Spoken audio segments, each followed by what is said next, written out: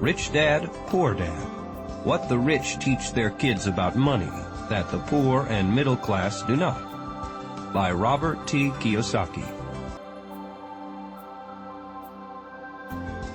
To parents everywhere, a child's first and most important teachers, and to all those who educate, influence, and lead by example.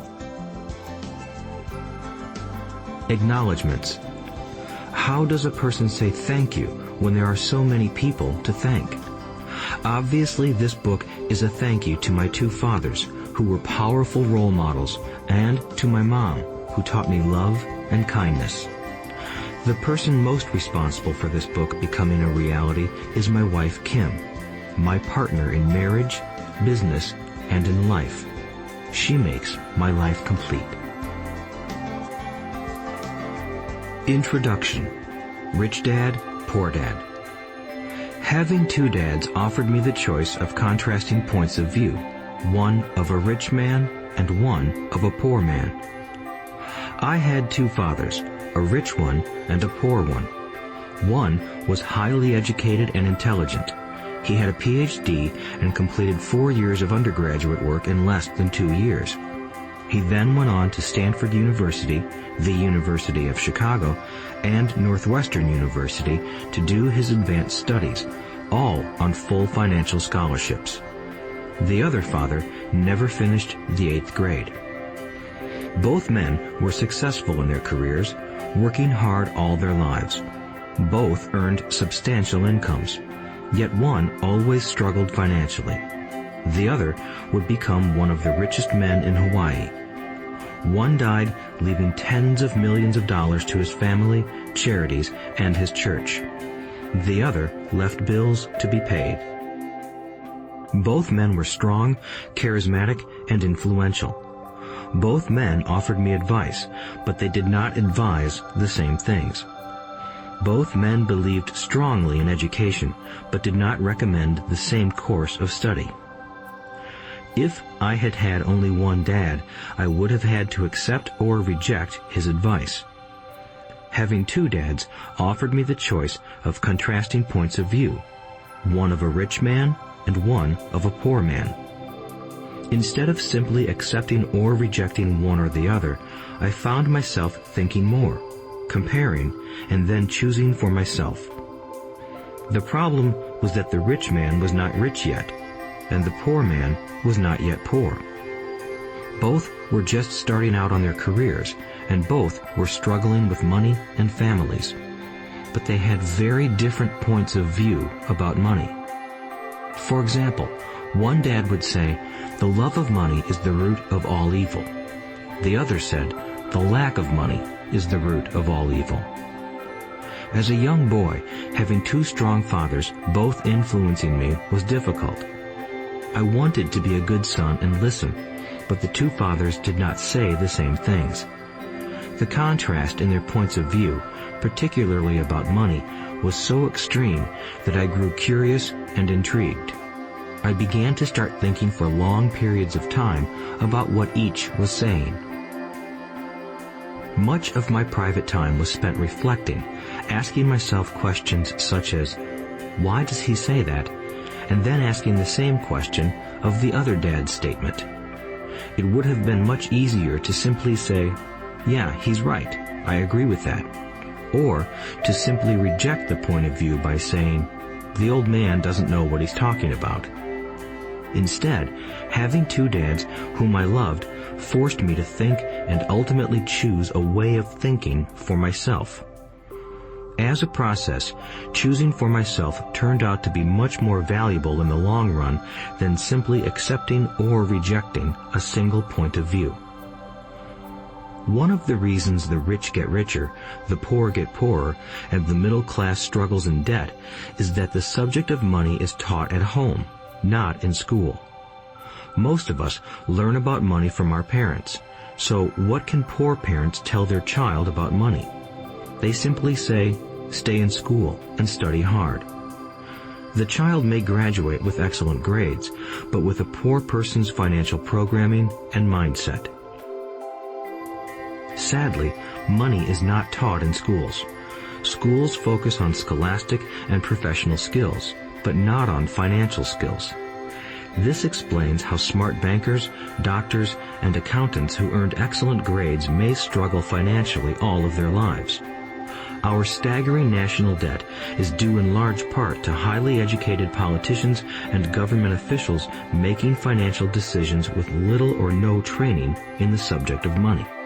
Today, I often wonder what will soon happen when we have millions of people who need financial and medical assistance.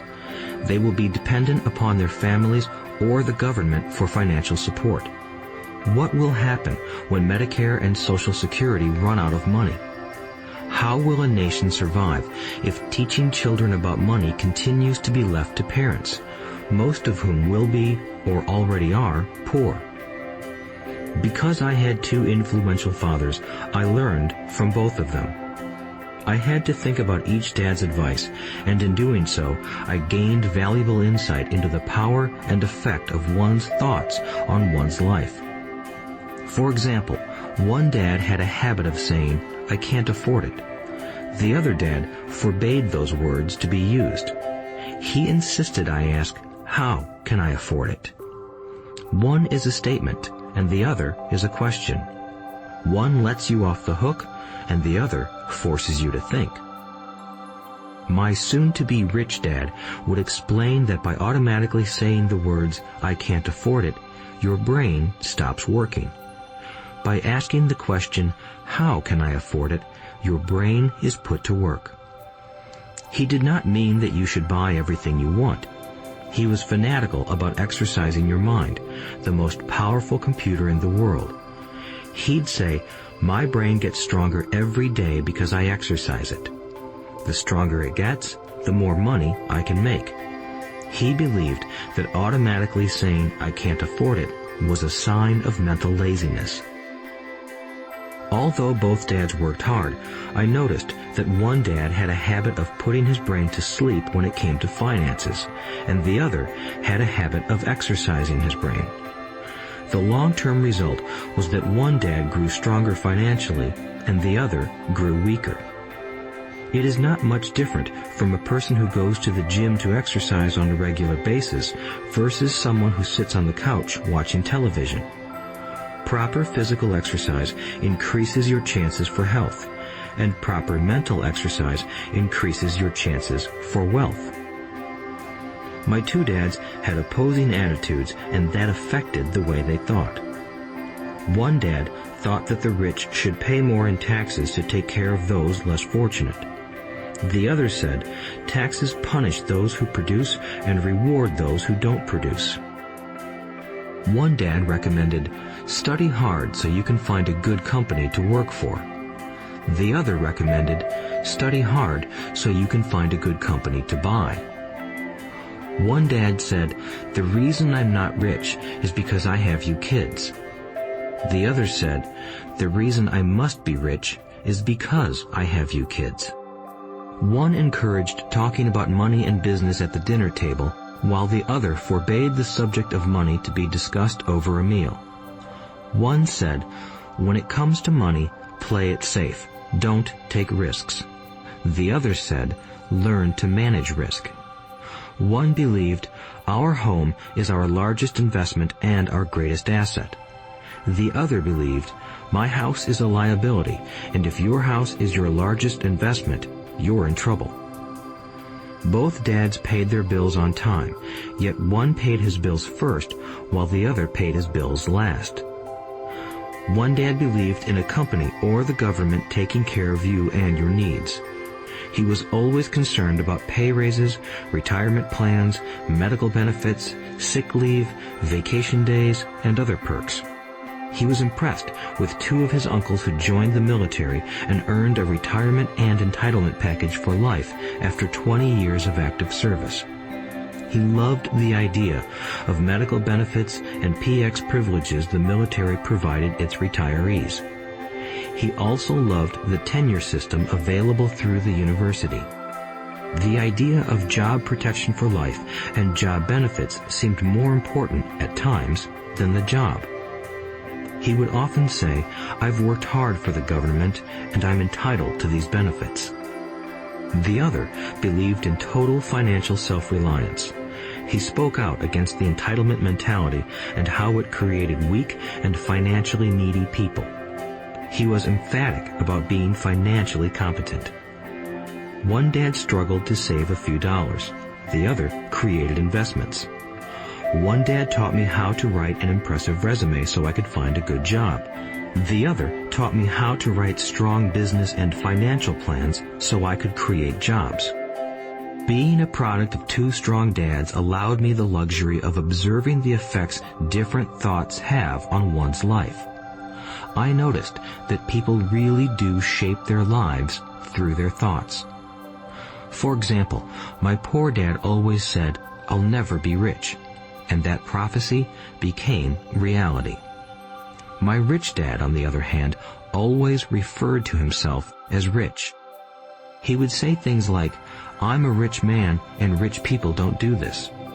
Even when he was flat broke after a major financial setback, he continued to refer to himself as a rich man. He would cover himself by saying, "There is a difference between being poor and being broke. Broke is temporary. Poor is eternal." My poor dad would say, "I'm not interested in money," or "Money doesn't matter." My rich dad always said, "Money is power."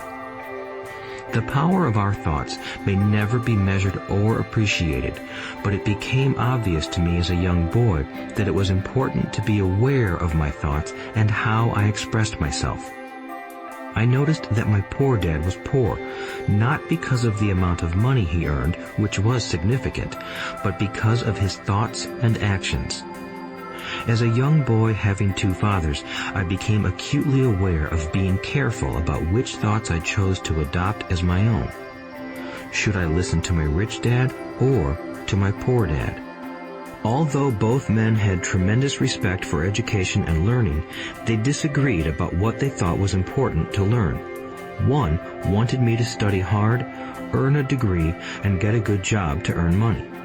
He wanted me to study to become a professional, an attorney or an accountant, and to go to business school for my MBA.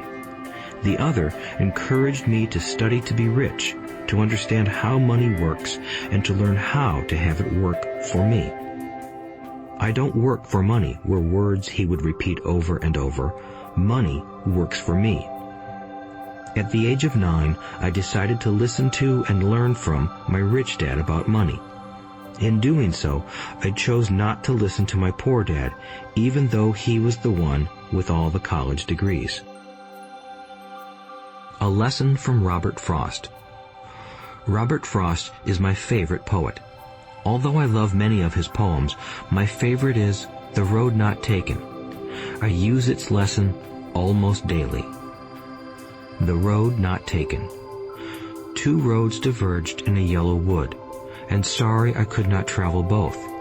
And be one traveler long I stood, and looked down one as far as I could, to where it bent in the undergrowth, then took the other as just as fair, and having perhaps the better claim, because it was grassy and wanted wear. Though as for that the passing there had worn them really about the same, and both that morning equally lay in leaves no step had trodden black. Oh, I kept the first for another day, yet knowing how way leads on to way, I doubted if I should ever come back. I shall be telling this with a sigh, somewhere ages and ages hence. Two roads diverged in a wood, and I took the one less traveled by, and that has made all the difference. And that has made all the difference. Over the years, I have often reflected upon Robert Frost's poem. Choosing not to listen to my highly educated dad's advice and attitude about money was a painful decision, but it was a decision that shaped the rest of my life. Once I made up my mind about whom to listen to, my education about money began. My rich dad taught me over a period of 30 years until I was 39 years old. He stopped once he realized that I knew and fully understood what he had been trying to drum into my often thick skull. Money is one form of power, But what is more powerful is financial education. Money comes and goes, but if you have the education about how money works, you gain power over it and can begin building wealth.